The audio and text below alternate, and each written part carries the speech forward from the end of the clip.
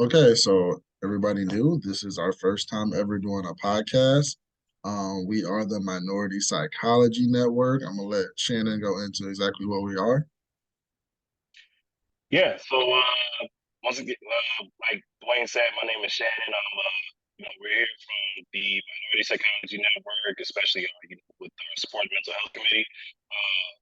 What MPN is we are a mental health organization that strives to reduce the stigma surrounding mental health in minority communities, Black and Brown people. We've been doing things. We've been doing events and mental health events since 2019, going into year four, 2023. We've just been carrying on strong, and we were just looking forward to, extending ourselves out to more communities, not just nationwide but global. So Right, right. And I'm Duane, and or you can go call me DJ once we start doing this more. But this is our committee is the Sports and Mental Health Committee.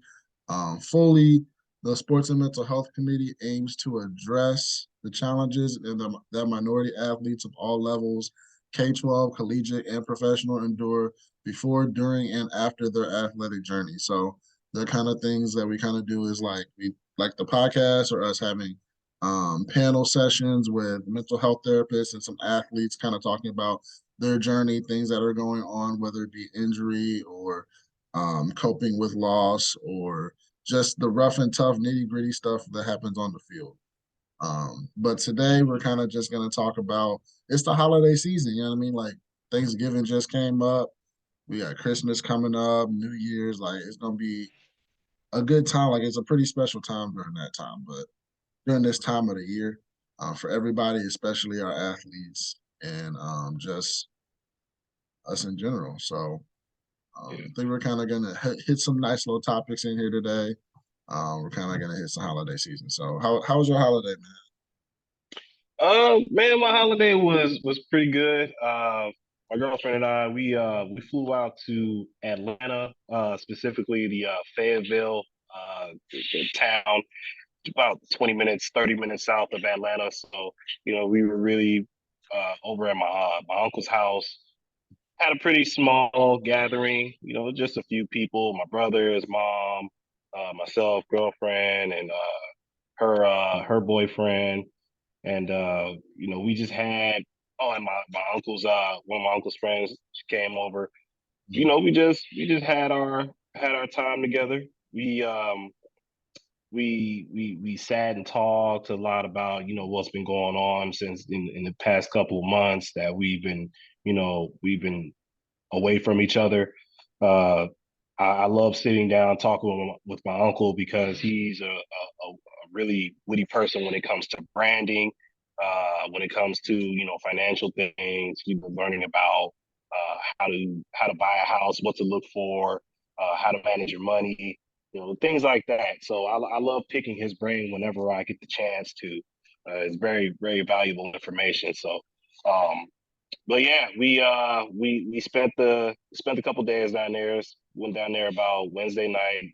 Came back to Dallas about Monday evening. Mm. And in between that, we did some shopping. Black Friday, you got Cyber Monday. All of those emails start coming in. You start getting anxiety about, man, what do I want to buy? Do I want to buy this over here? I see this over here? You almost get a brain block on the things that you want to buy before you actually see them. Right. It's one of those funny things that I like to ponder about every now and then. But overall, it was pretty good. Just it's one of those things. When you got peace and quiet, sometimes you want to be around a whole bunch of people. Other times you want to be to yourself around a select number of people. So that's how it was for me. How about you? Originally I didn't even have plans because family like this time of the year is kind of different for me because my family isn't too close. So, but we ended up going over my aunt's place like last minute, kind of getting some. She had a whole little spread of food. I got to see my cousins, come some side of her family. My parents were there. My other aunt was there, and we had a good time. Like, got some food. I kicked it with the dog. I was so happy to see the dog because I don't know. It's just I love animals. Um, but I ended up pretty much like ate some good food, had my little stuffing, turkey. I got to meet and play with everybody because we played like spades, we played Uno, we played Phase 10. But I think one of the conversations that kind of stuck out with me um, was with my dad at the time. Mhm. Me and my dad kind of talk as, it's kind of tough sometimes being in a holiday season where he isn't necessarily the happiest time. It kind of brings back, some childhood things that kind of get brought up as far as like just not enjoying the holidays growing up. And he had a death in his family that kind of popped up. His grandfather had passed away. So Mm. like a while ago, like when that happened around the holiday season, but it's not the best, happiest time for him. Um, so me and him got to discussing what that kind of looks like, and has he ever discussed it with anybody? And we didn't really get much that far into it, Yeah. but which that kind of brings up a thing of why don't we get into like the grief and situations around holidays? You know what I mean? Like Mm. but it's not something that we truly talk about. Yeah. Yeah. I definitely agree. My I have certain. There's been certain times where we've had those instances where somebody passes away a couple months or a month before.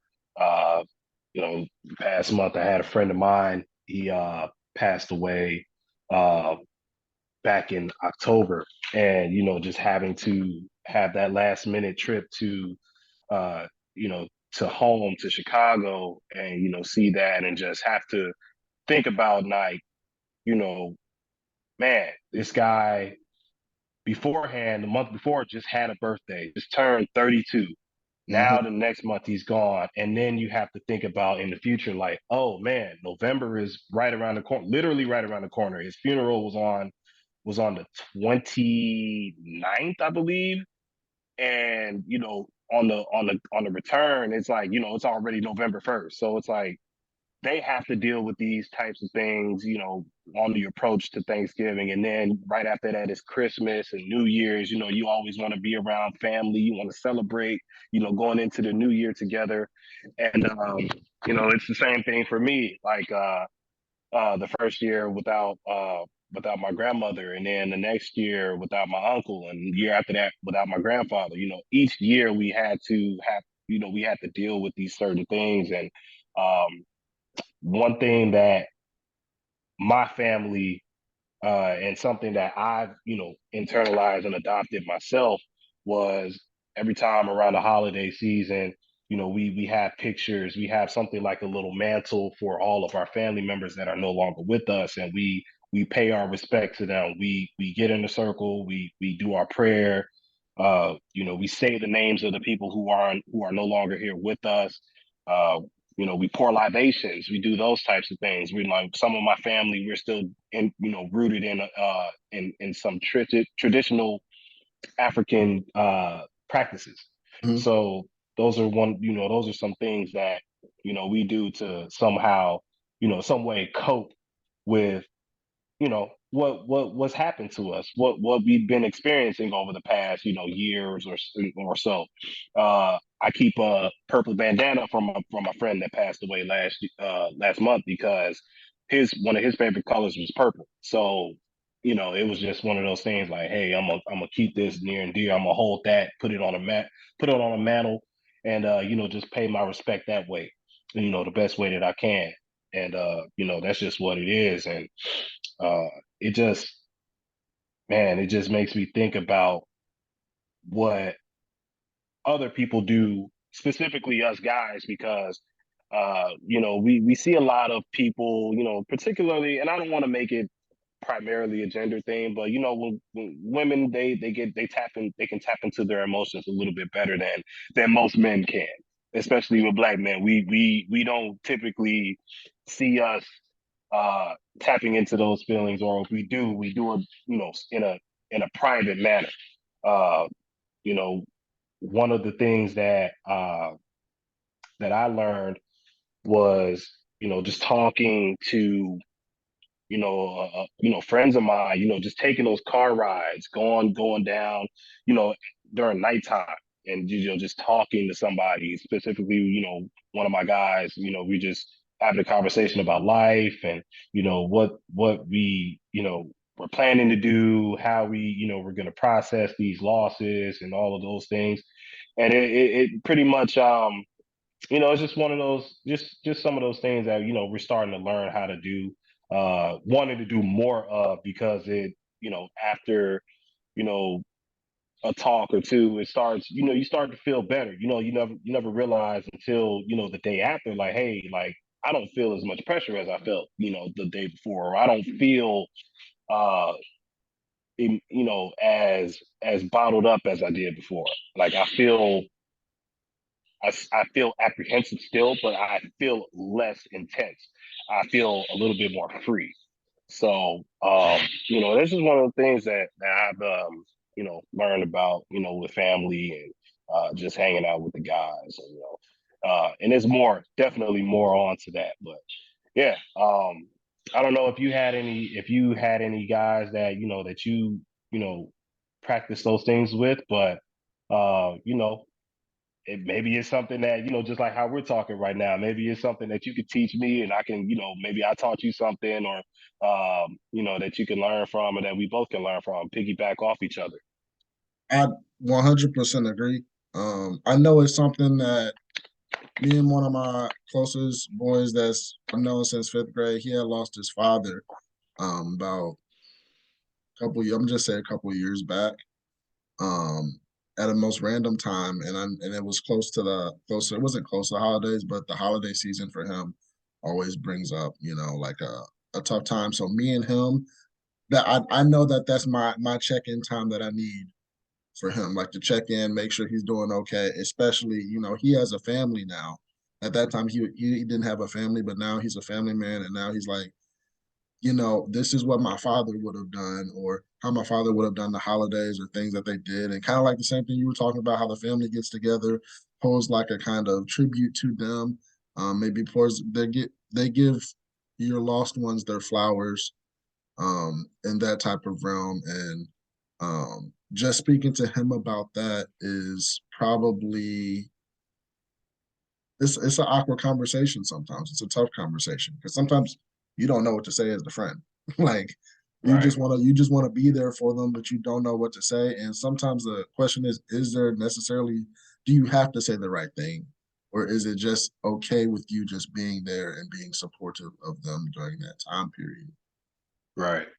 So I mean, have your friends like been very supportive, like family being supportive during your time with your loss of your friend, or Yeah. We've been the people that knew him, they, that know me, we know each other. We check in with each other here and there. Specifically, his nephew, which is one of my best friends.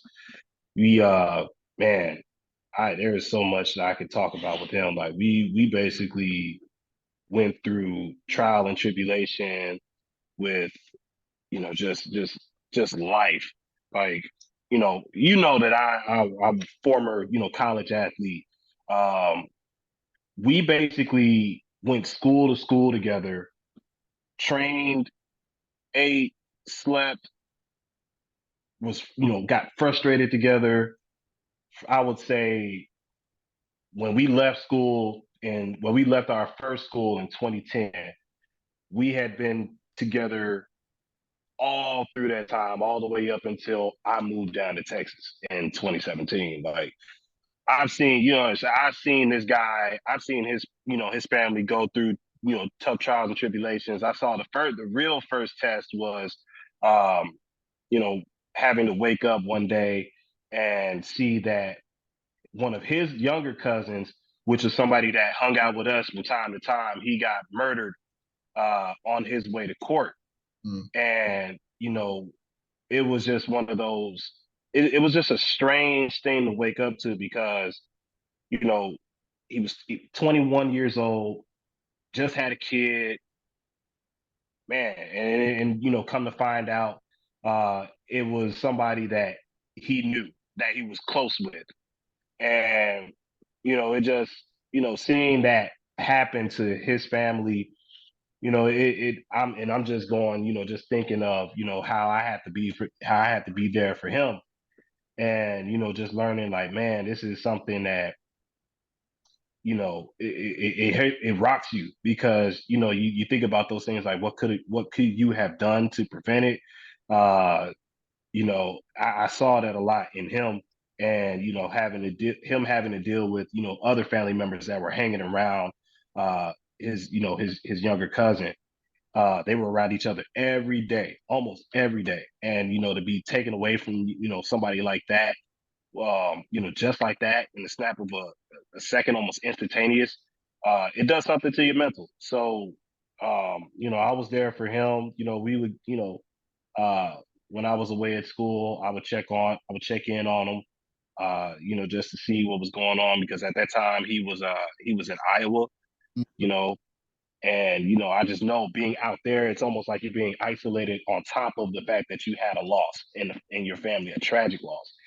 And what we just did, what we would do is that I would talk to him. We share like a commonality with our taste in music. We always send each other music. I would send him something that would remind him of his family member. Something that he would say that his cousin would play. This is something that he would listen to. So I'd be like, man, this is what your man's will listen to, dog.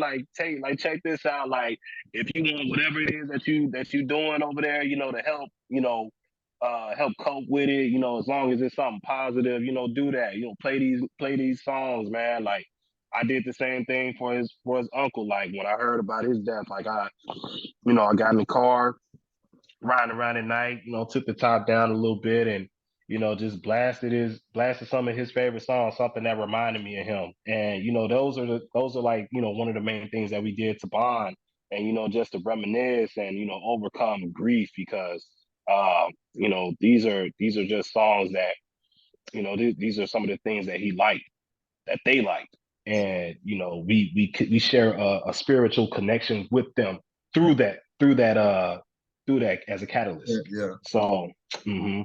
Hmm. But yeah, it's just that those are just some of those things we think about, and it's made me think about some of the other deaths that that are not.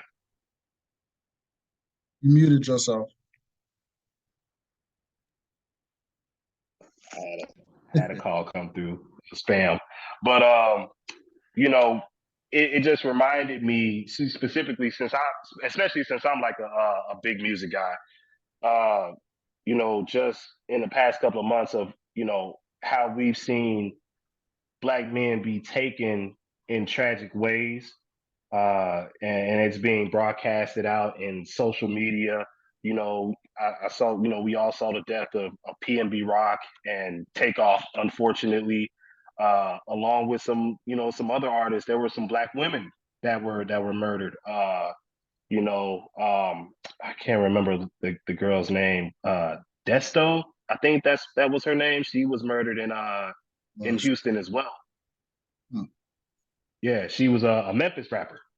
So, just thinking about those people and thinking about how those how these things affect family and what they have to deal with, going into the colder months, when things are slowing down, when everybody's inside the house more than they are outside, because that plays a factor in it.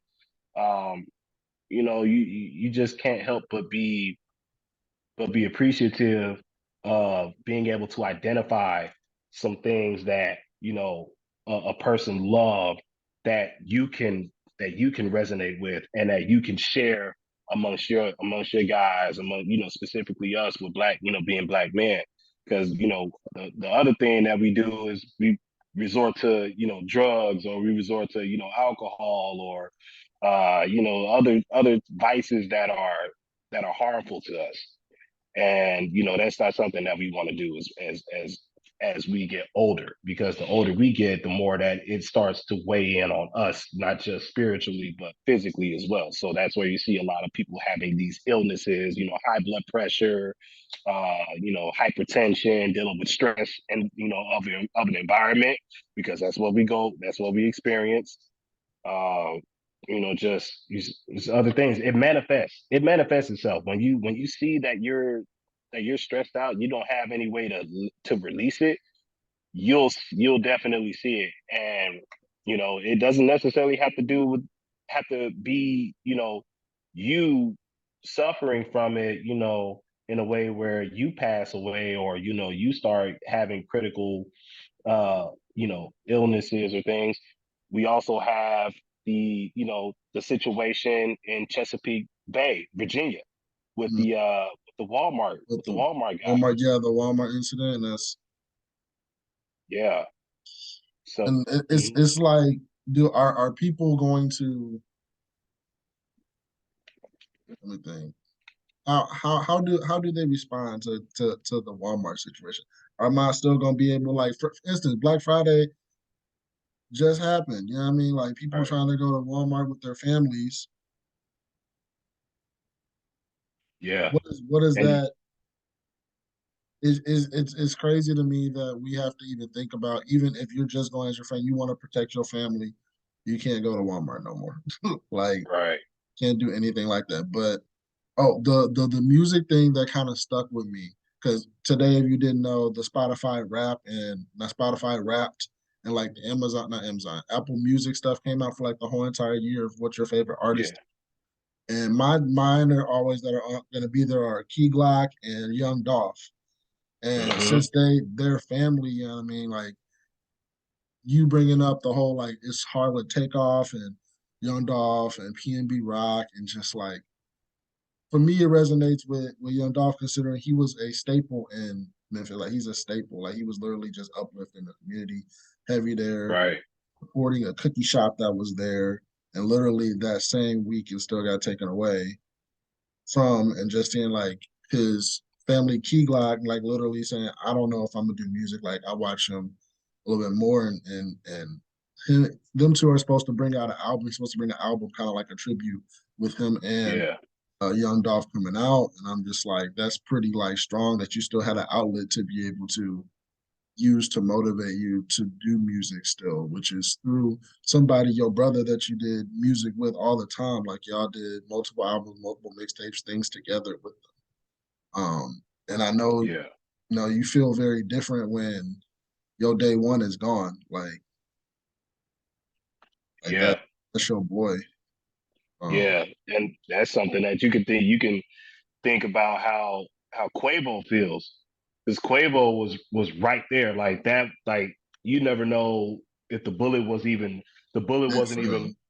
yeah, meant for Takeoff. It seemed as if it was meant for him. So you have to deal with that. And there's a trickle down effect with that. Like, you see that happening. You see that happening to your family. You're helpless. You see these people, these artists that people kind of disconnect their humanity with their music. They don't realize that at the end of the day, these are still people. They breathe, they eat, they wear clothes. They, no matter how expensive or how whatever it is, they have to walk amongst this earth just like we do. And even with, like I was bringing on, to connect that trickle down effect, you have Cardi B being on live and talking about how Offset has been feeling. Yeah. uh he considering that at the time that they're at a fallout over something that that's an internal issue. Just to have something like that where almost, I think all three of them posted on Halloween, Yeah. and the very next day you have to wake up, or somebody's calling you and saying that your cousin is gone or your nephew is gone. Like, how does that how do you can't look at Halloween the same anymore. You can't go like leading up to the weeks of Thanksgiving. You can't look at things the same. Like I was reading the Cardi B transcript of her live, and they were saying, and she was saying that she was really frustrated. She's not frustrated. She feels hopeless because Nothing. she can't she can't get Offset to crack a smile, or it's hard for him to crack a smile. He looks he's depressed. He lost his family member. He lost one of his bandmates. Like this is hard to think about that. And that also made me think, you know what, that was another thing I was thinking of. Another tragic situation that occurred around September was Quando Rondo. His one of Right. his Yep. guys. Yeah, I almost Well, forgot all about that. And seeing that, like social media, uh dehumanizing a person, no matter if you don't like this particular person because of their music or whatnot, that's cool and all. You don't have to like their music. But when you start seeing people saying, like kind of like making fun of, or turning, you into a meme, because you're screaming, you're literally seeing your friend right next to you in the not in the driver's seat, in the back passenger that's seat, just it. Yeah. dead. He's saying no, like he's crying out. That's something that will, if you see that on Instagram, somebody showing you like, oh man, they clowning you. Like I don't think people realize how much that affects a person, how much that takes away, that desensitizes them. So like And whenever something happens to somebody else, they like, oh, well, you laughed at me, so when I was in my time of need, I'm gonna laugh at you. Now I'm gonna continue this cycle where it's toxic, it's negative, and it can, you never know how it'll come back on you or it'll come back on them. So it just creates you know, a whole nother round of trauma for a potential group of people, and everybody's hurting the end. I'm just thinking So about like how our vulnerability, the vulnerability that we have in that moment, like you saw you in the backseat, you were real vulnerable at that time. And there's not mhm, and somebody's recording you and you see that vulnerability. I'm not gonna want to open up to anybody about anything because now I feel like you're gonna clown me. right. That was my most one of the most traumatic things that could have happened to me in my life. And y'all Hmm. clowning me over something. So even if it's something little, like I'm hurting about a friend, a woman or a male that I'm involved with, anything, like I'm not gonna want to come to you. Right. And I think that that's where we start getting that desensitized. Like we're like not sensitized. Not my bad. You know what I'm trying to say. Yeah. Yeah. But I mean, our desensitized is sensitivity level right. is a little bit different. Our sensitivity level is a little bit different to things. Violence Hmm. doesn't affect us as much. It may affect us a lot, and we just play that cold shoulder now. Right. Yeah. And Yeah. just like we said, we've literally talked about 4 to 5 different people right here, right now, talking about it like it's normal-ish, even though it's not normal at all. And Yeah. it's something that it's we see it every day. People are recording it. You see it on every social media, newscast, something.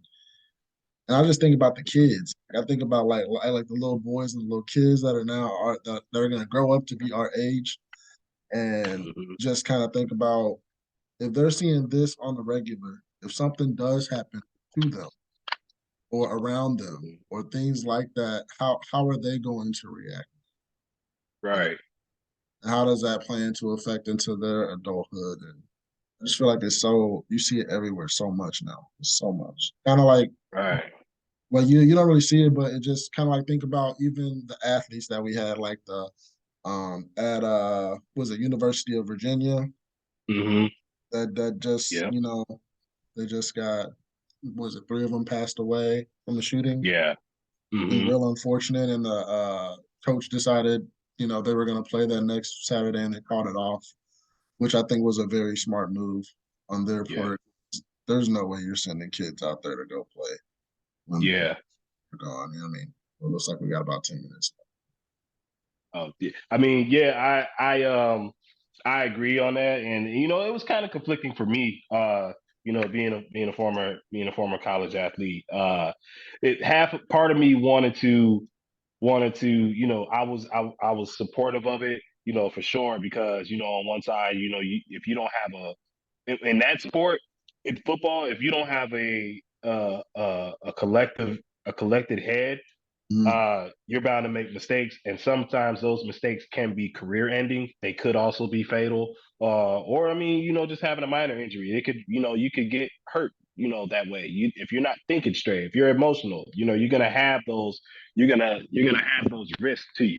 Um, and the other side of me was, man, I want to get out here and play because these three can't do it no more. I want to get out there and do it for them. And that's it goes either way with your whatever the situation may be. And it's something that uh I guess it's one of those things that's just however you feel about it. But another one of those situations, with the whole, it hasn't been getting covered as much as University of Virginia, because it's happened in the span of a week or two since then.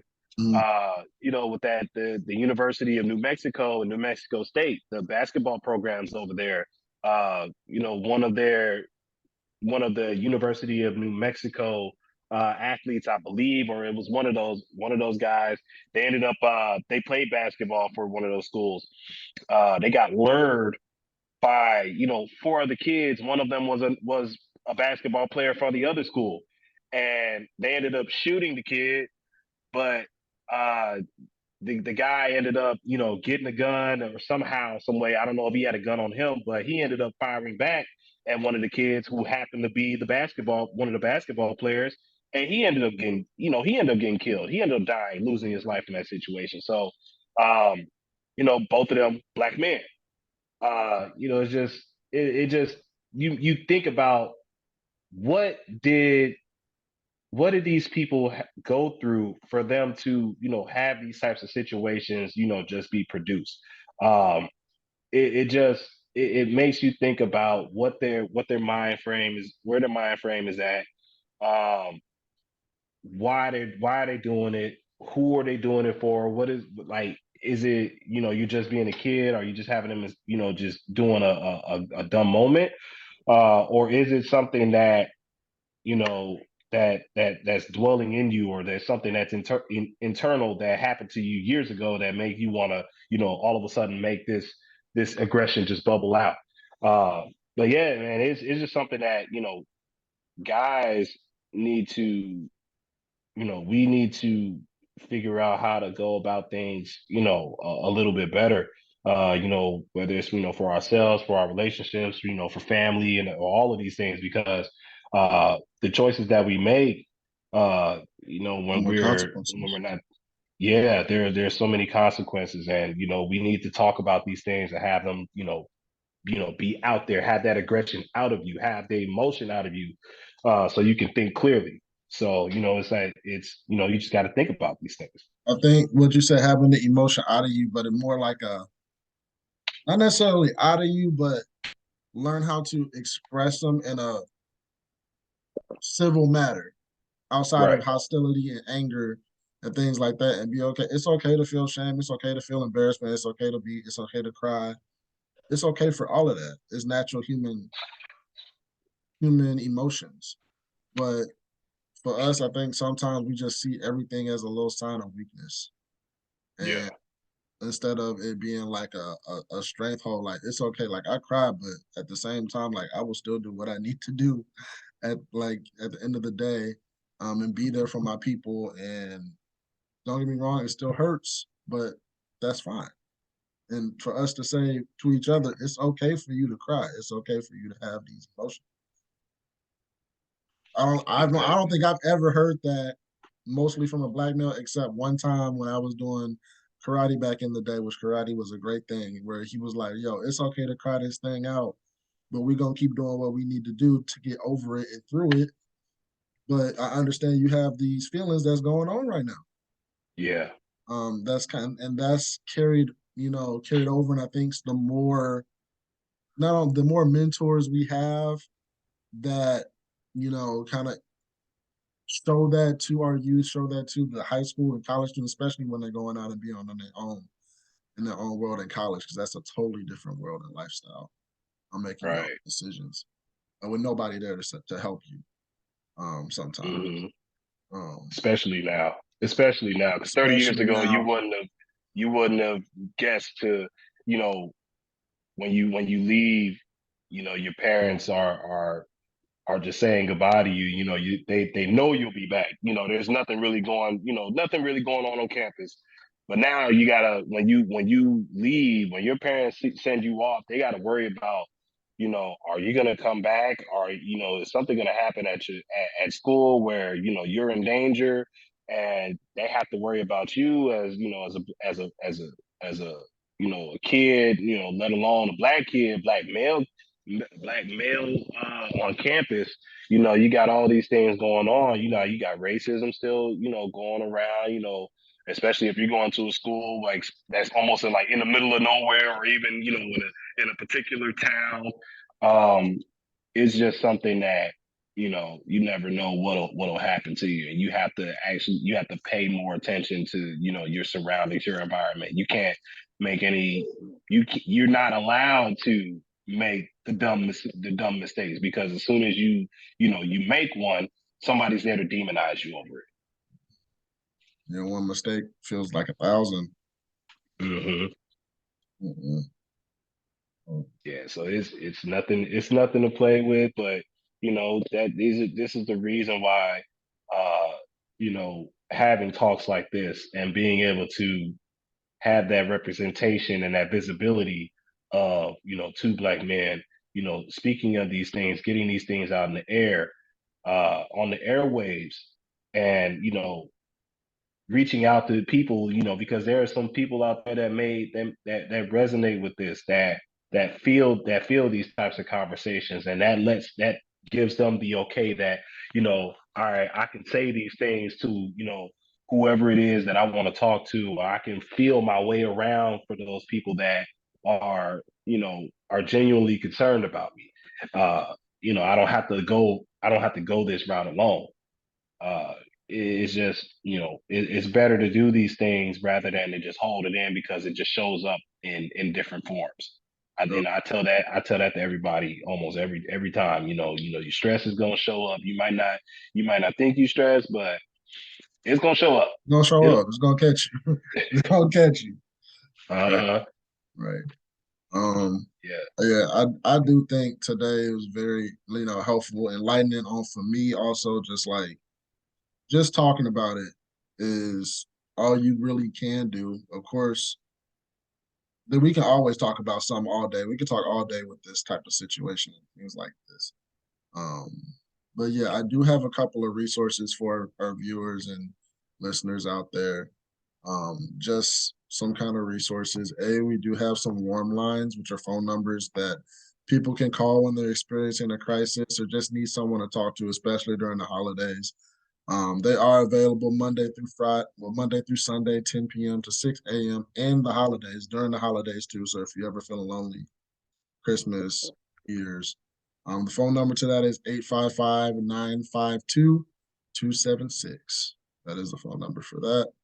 And then the National Suicide Prevention Hotline, 24/7, toll free. Call number is 1-800-273-8255. And same with our domestic violence situations. As the holidays, things get tense.